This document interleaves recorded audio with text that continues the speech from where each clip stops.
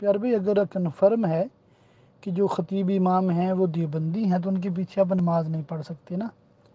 تو اس صورت میں آپ پہ جماعت بھی واجب نہیں ہے، آپ بالکل اکیلے تنہا نماز پڑھ سکتے ہیں.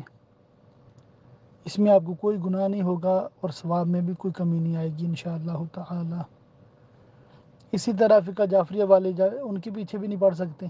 ٹھیک ہے. تو جہاں تک کھانے کی بات ہے تو کھانے میں بھی آپ کو حتی الامکان احتیاط کی حاجت ہے کہ صرف اور صرف جو سنی صحیح العقیدہ ہیں ان کا ہی پکا ہوا کھائیں. اور اگر اس طرح مجبوری ہے اور یہ لوگ مطلب کھانا وغیرہ تیار کر دیتے ہیں تو چونکہ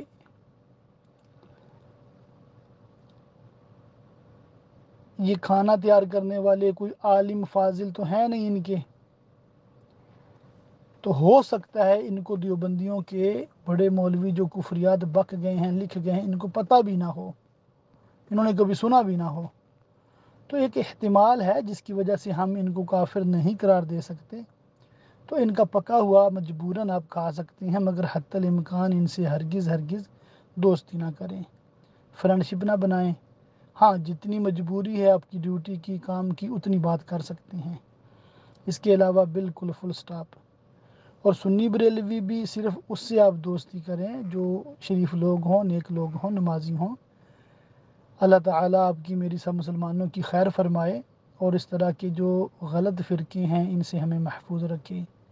اصل میں دیوبندیوں کے مولوی تھے، انہوں نے اپنی کتابوں میں گستاخیاں لکھی تھیں، کفریات بکے تھے، علماء نے بڑا سمجھایا نہیں سمجھے، پھر ان پہ فتویٰ لگایا اور عرب و عجم کے تقریباً اس وقت 250 علماء نے عربی میں اردو میں ان کے خلاف فتوے لکھے تھے اور اب تک یہ باز نہیں آئے نا. تو اس لیے ان سے ہمارا جھگڑا تب سے چل رہا ہے. تو ظاہر سی بات ہے ان کے جتنے بھی مولوی ہیں ان کو تو پتہ ہے ان چیزوں کا، تو اس لیے ان کے پیچھے ہم نماز نہیں پڑھتے. اور رہی بات عوام کی، عوام کو پتہ تو نہیں ہے مگر عوام ان کی سپورٹ کرتی ہے اور ہمارے لوگوں کو کھینچ کے ان کے پاس لے کے جاتی ہے تبلیغی جماعت کے نام پہ. تو ہمیں ان سے بالکل بچنا ہے.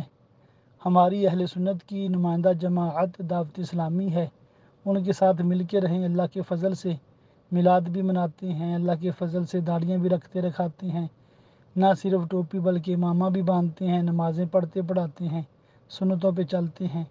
تو یہ اچھے لوگ ہیں، ان کے ساتھ وابستہ رہیں، مدنی چینل دیکھتے رہیں.